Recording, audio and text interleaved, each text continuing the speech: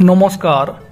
বাংলাদেশে যে ছাত্র আন্দোলন শুরু হয়েছিল সেটা আসলেই কতটা ছাত্র আন্দোলন ছিল সেটা যেমন শেখ হাসিনাকে তড়িঘড়ি বাংলাদেশের প্রধানমন্ত্রীর পদ থেকে ইস্তফা দিয়ে বাংলাদেশ থেকে পালিয়ে গিয়ে ভারতে আশ্রয় নিতে হয়েছে, একই সাথে শেখ হাসিনা বাংলাদেশ ছেড়ে চলে যাওয়ার পরে বিএনপি জামাত উগ্র মৌলবাদীদের হিন্দু নিধনযজ্ঞ থেকে প্রমাণ হয়েছে যে আসলে ছাত্র আন্দোলনের উদ্দেশ্যটা কী ছিল। তবে শেখ হাসিনা বাংলাদেশ ছেড়ে চলে যাওয়ার পরে বিএনপি জামাত উগ্র মৌলবাদীদের আর একটি উদ্দেশ্যও সামনে এসেছে।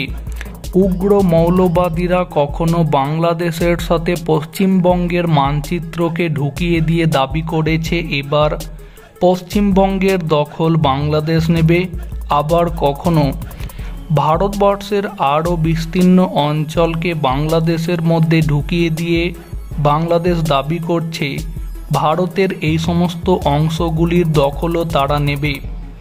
এই জায়গা থেকে বাংলাদেশের বিভিন্ন জামাত গোষ্ঠী ভারতবর্ষের দখল করা অংশের মানচিত্র বাংলাদেশের মধ্যে ঢুকিয়ে দিয়ে সেই মানচিত্র ইন্টারনেটের বিভিন্ন জায়গাতে প্রকাশ করে দাবিও করা শুরু করে দিয়েছে এবার থেকে ভারতবর্ষের এই সমস্ত অংশগুলি তাদেরই। যদিও বাংলাদেশের এই হিয়ালিপনা দেখে ভারতীয়রা অনেকে বলা শুরু করেছেন ফারাক্কা ব্যারেজ থেকে জল খুলে দেওয়া হবে নাকি, তাহলে একেবারে খাতায় কলমে নয় গুগল মানচিত্র থেকেই বাংলাদেশ একেবারে উধাও হয়ে যাবে।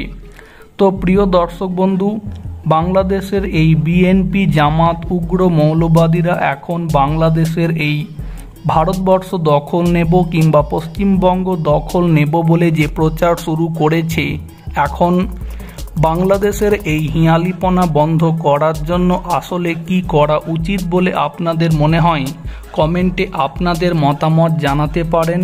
ভিডিওটিকে সম্পূর্ণ করে দেখার জন্য অসংখ্য ধন্যবাদ।